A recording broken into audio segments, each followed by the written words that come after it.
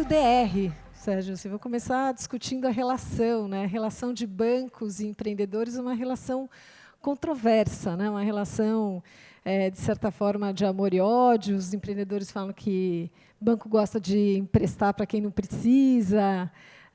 E a verdade é que é interessante pensar sobre isso, porque os bancos querem muito fazer negócio e os empreendedores precisam de capital. Então, eu queria que você falasse um pouco sobre a sua perspectiva, como é que isso acontece. Muito obrigado, Marília. Muito obrigado, Endeavor, pelo convite. Vou tentar ser breve e tentar, ao mesmo tempo, poder tocar de maneira mais profunda. Eu acho que aqui nós temos dois modelos. O indivíduo que está no banco, ele fez uma escolha por várias razões. Razões essas que têm muito mais a ver com ele ou com ela, sob o ponto de vista, inclusive, de perspectiva em relação ao risco.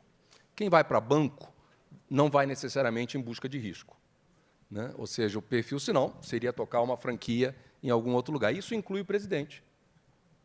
Então, o que significa? Significa que a tecnologia, a digitalização, tudo que a gente está vivendo, tem forçado um repensar, um reposicionar, inclusive, das culturas das instituições financeiras como nós conhecemos.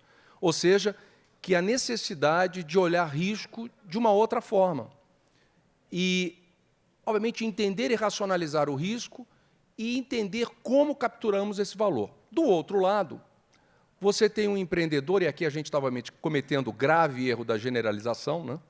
Você tem um empreendedor que, às vezes, somente a ideia, ou somente o entusiasmo, ou a crença, quem sabe até a fé, não é suficiente para poder convencer alguém que estruturalmente vê o risco como algo, em algum nível subconsciente, ameaçador.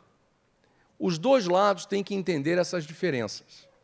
O empreendedor tem que entender que, do outro lado da mesa, a noção de risco ela gera um desconforto, por várias razões, inclusive físicas e pessoais, e vice-versa. O banco tem que olhar que esse empreendedor ele não vai conseguir demonstrar tudo aquilo que o banco gostaria que ele demonstrasse. E aí vem a grande capacidade do banco, que é a diferenciação de banco para banco, através do seu capital humano, de conseguir compartilhar e entender em algum nível que não seja simplesmente numérico, nesse momento, esse sonho, essa demanda, essa possibilidade. Então, a maior transformação em bancos hoje não é a digitalização, tecnologia é aquilo que nós já sabemos, é essa transformação do mindset do indivíduo que está lidando com empresas, de coparticipar do sonho, mantendo a objetividade fiduciária de um banco, mas não deixando-se intimidar pelos seus próprios medos. E quando é o momento certo de procurar um banco, né? A gente estava falando aqui no painel anterior de capital de risco, da perspectiva de um venture capital, temos ainda uma modalidade como angel investing. Quer dizer, quando é que o banco ajuda? Qual é o tipo de situação que o banco é a melhor alternativa para o empreendedor? A discussão do venture capital é uma discussão de equity. Ela é uma discussão em que você, certo ou errado, está disposto a dividir parte daquilo que você acredita que é o sucesso da sua empresa. Banco, na sua forma mais clássica, não está necessariamente querendo dividir o upside do seu equity, né? Ele está, e eu acho que aí é a parte importante do banco, ele tem dois componentes importantes. Primeiro, assegurar que exista capital, exista fluidez. Segundo, é também alertar para os possíveis excessos. Quer dizer, por mais convincente que você acredite que seu projeto seja, a objetividade de alguém que vai ter uma visão muito mais daquilo que não vai dar certo pode ser extremamente útil.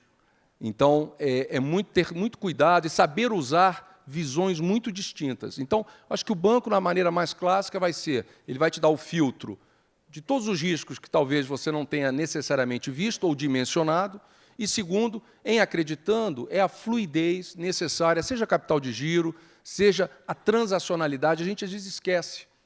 Em alguns casos, também seja como cliente, que a gente não pode esquecer que ter na conta a receber de uma pequena empresa, um banco como cliente, é algo extraordinário, né? E eu acho que, às vezes, também, em banco, olhando para a indústria financeira, são grandes consumidores de várias coisas e vários modelos que muitas empresas hoje estão, enfim, criando ou fazendo. Mas eu não acho que é tanto sob o lado do equity inicial por si só, a não ser, obviamente, que você esteja falando de um departamento de venture capital de um banco. E quando a gente olha para digitalização, né? Você mencionou isso e colocou que, enfim, ali o aspecto humano de você conseguir fazer o assessment de uma oportunidade, da capacidade de execução de um empreendedor é uma parte importante. E a digitalização, por outro lado, está transformando totalmente os negócios, incluindo de banco, que é um negócio extremamente regulado, portanto, engessado, né? É bastante complexo, é um negócio extremamente tradicional. Como é que um banco estabelecido como o Santander consegue abraçar essa onda, né? Eu acho que, e é interessante, até da forma como você desenha, o banco tem, obviamente, alguns princípios fundamentais. Confiança, ser um agente em que você efetivamente acredita como instituição. Isso não muda. Mas todo o resto já mudou. A chamada histórica deferência, enfim, uma relação quase de um respeito excessivo, isso tudo mudou. Por que mudou? Porque a diretoria de um banco não mais decide o seu modelo de negócio. Esse modelo está decidido pelo consumidor. Esse modelo ele passa hoje a ser muito mais determinado, aliás, já é determinado pela sociedade moderna. E quais são as variáveis dessa sociedade moderna? Intolerante. Velocidade é fundamental, 5 minutos é excessivo, a resposta a uma reclamação que leve um dia é inaceitável, se ela levar 5 minutos, e de preferência sem intervenção humana, extraordinário, melhor.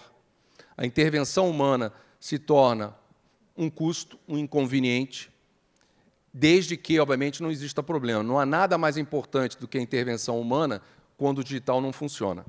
Então, isso também significa que o capital humano dessas instituições financeiras tem que estar muito melhor preparadas exatamente para esse momento de experiência, não para aquilo que é recorrente e mecanizado. Então, o chamado call center clássico não funciona no contexto de hoje. Você não vai poder ficar esperando na linha alguém que vai te repassar para o departamento, até que tenha capacidade de resolução. Tudo aquilo que puder ser resolvido através de um aplicativo, da tecnologia, de um instrumento, essa decisão já foi tomada. Então, não adianta nós ficarmos falando, a nossa questão é como fazê-lo da melhor forma, veloz e ainda dando, obviamente, a consistência de serviço. Então, todo esse processo já aconteceu, está na mão do consumidor. E cabe aos bancos acelerarem, mas não é simplesmente colocar tecnologia, é adaptar a sua estrutura de capital humano para o que veio, porque os bancários são consumidores. Né? Então, eu acho que isso, nós temos um pequeno indicador, que é o indicador que as companhias aéreas usam, chamado NPS, Net Promoter Score, que é aquele SMS chato que você recebe, que normalmente você só perde tempo para responder quando o quê? Quando a experiência foi terrível, né? Quer dizer, quando ela é terrível, você fala, você quer saber? Então toma. Então toma.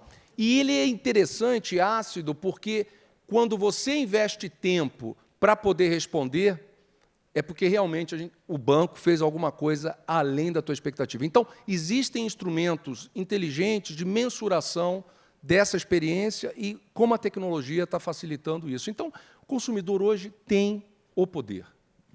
E a gente falou também aqui nesse evento hoje muito das fintechs, né? E como isso pode ser disruptivo para o mercado, como é que o banco, como é que você enxerga esse movimento das fintechs, como é que você pode tirar proveito disso, ou quanto isso coloca um desafio extra? Eu acho não existe essa diversidade fintech. Primeiro, nós temos também que romper essa ideia que em banco é uma grande fábrica burocrática, né? Porque, se for assim, não sobreviverá. Então, dentro de banco, existe empreendedorismo. E, aliás, eu sempre digo que é o mais fácil. Tem capital, ninguém tem que se preocupar com o fechamento do caixa no final do dia, tem um monte de apoio, só não faz quem realmente não quer fazer diferença. Então, o empreendedorismo dentro de uma instituição grande, ele acontece a partir do outro, a partir do empreendedor. Então, se o Santander conseguir, através da sua cultura, se alinhar com alguns projetos, vamos errar em alguns, mas, na sua grande maioria, fazer apostas inteligentes junto a projetos e junto ao Brasil, que é o Brasil que vai dar certo, que é o Brasil que tem que acontecer, é fundamental. Então, eu acho que essa questão do empreendedorismo ela tem que acontecer dentro da empresa. Então, a fintech, ela às vezes acontece e ela funciona dentro do banco. Nós temos várias fintechs trabalhando conosco dentro do banco. Nós temos mais de 1.500 pessoas trabalhando em mesas ágeis, entre muitas delas, fintechs trabalhando em mesas junto conosco. Isso é um jeito de pensar fora da caixa? Isso é um jeito de sobreviver, né? É a necessidade da transformação cultural que passa, inclusive, pela interação do diverso dentro da empresa. 60% da população do Santander, até bem pouco tempo, a gente está mudando, não há nada errado contra isso, era de uma determinada formação acadêmica. E, por melhor que seja essa formação acadêmica, ela acaba inibindo a transformação, a inovação, etc. Nós estamos num mundo, eu sempre brinco, né?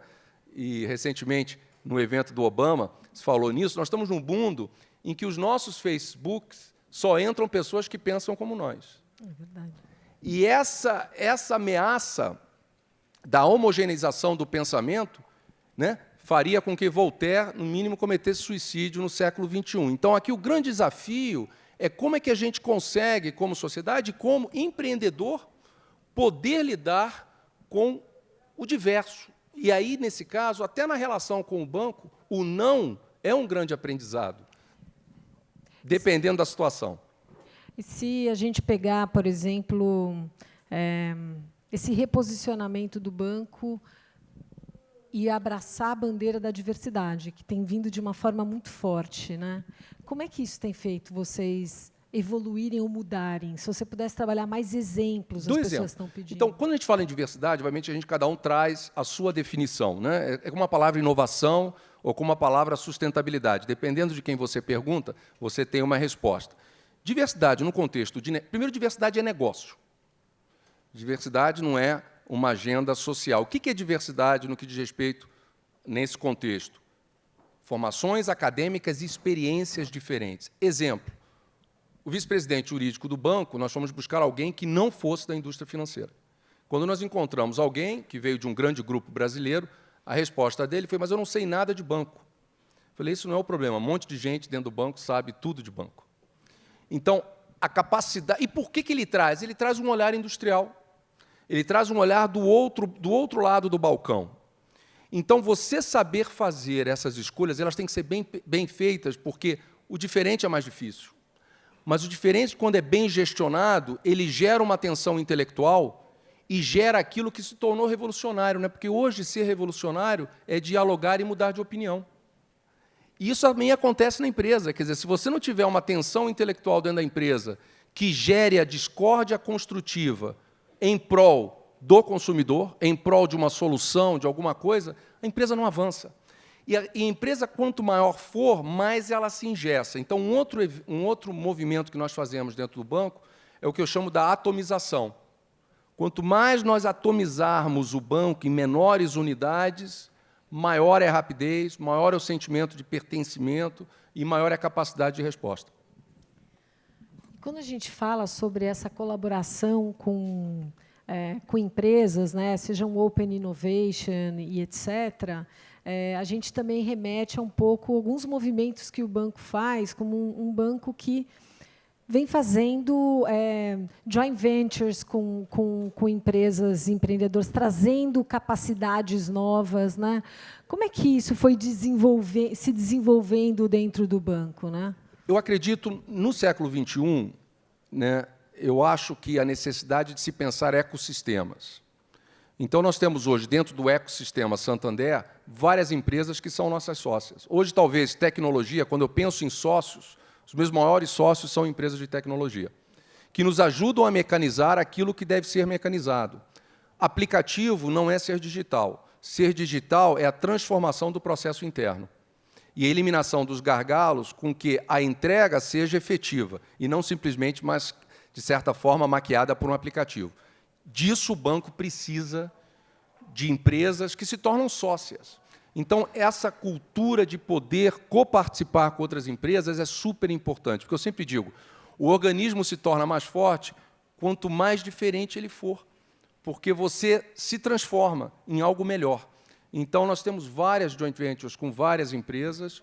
Nós temos, por exemplo, nós temos no setor automotivo, nós temos bancos com várias empresas automotivas no Brasil. Hyundai, Peugeot, Renault. Por quê? Porque uma empresa automotiva no Brasil que tenha um dígito de mercado não se justifica montar um banco. Então, você é muito mais inteligente fazendo uma associação com uma empresa financeira, e, obviamente, o financiamento é super importante na venda de veículos, do que você ir ter todo o esforço de criar uma instituição financeira, que vai estar tirando o teu foco primordial. Esse é um exemplo. A Web Motors, que é a maior plataforma de veículos hoje, venda de veículos, na plataforma digital, temos sócios australianos, que são dos maiores líderes do processo digital, eles têm 30% do capital. A GetNet, que é uma empresa de adquirência, nós temos minoritários. E a gente pensa nisso como sócios que efetivamente agregam filtros, aspectos, valores que nós sozinhos não seríamos capazes de fazer. Essa transformação exige muita liderança, né? E o estilo de liderança, na hora de pensar fora da caixa, é decisivo. E a gente estava até aqui aguardando para começar esse painel, e um dos empreendedores da Endeavor estava me falando, puxa, Marília, eu trouxe uma pessoa de mercado para a minha empresa, um executivo, fez muita diferença, eu tinha que trazer mais executivos para a minha empresa. E, muitas vezes, olhando sobre a perspectiva de uma grande companhia, a gente sabe o quanto esse espírito empreendedor faz falta. Eu queria entender como é que esse estilo de liderança executiva ou empreendedora pode se balancear na sua experiência, né, liderando organizações. Como é que isso acontece? É interessante. Eu acho que existem, obviamente, pessoas com perfis diferentes em termos de tomada de risco. Então, a questão do empreendedor tem muito a ver com o apetite de risco, até quão longe você está disposto a ir. Você está, às vezes, disposto a ir, inclusive, à própria insolvência.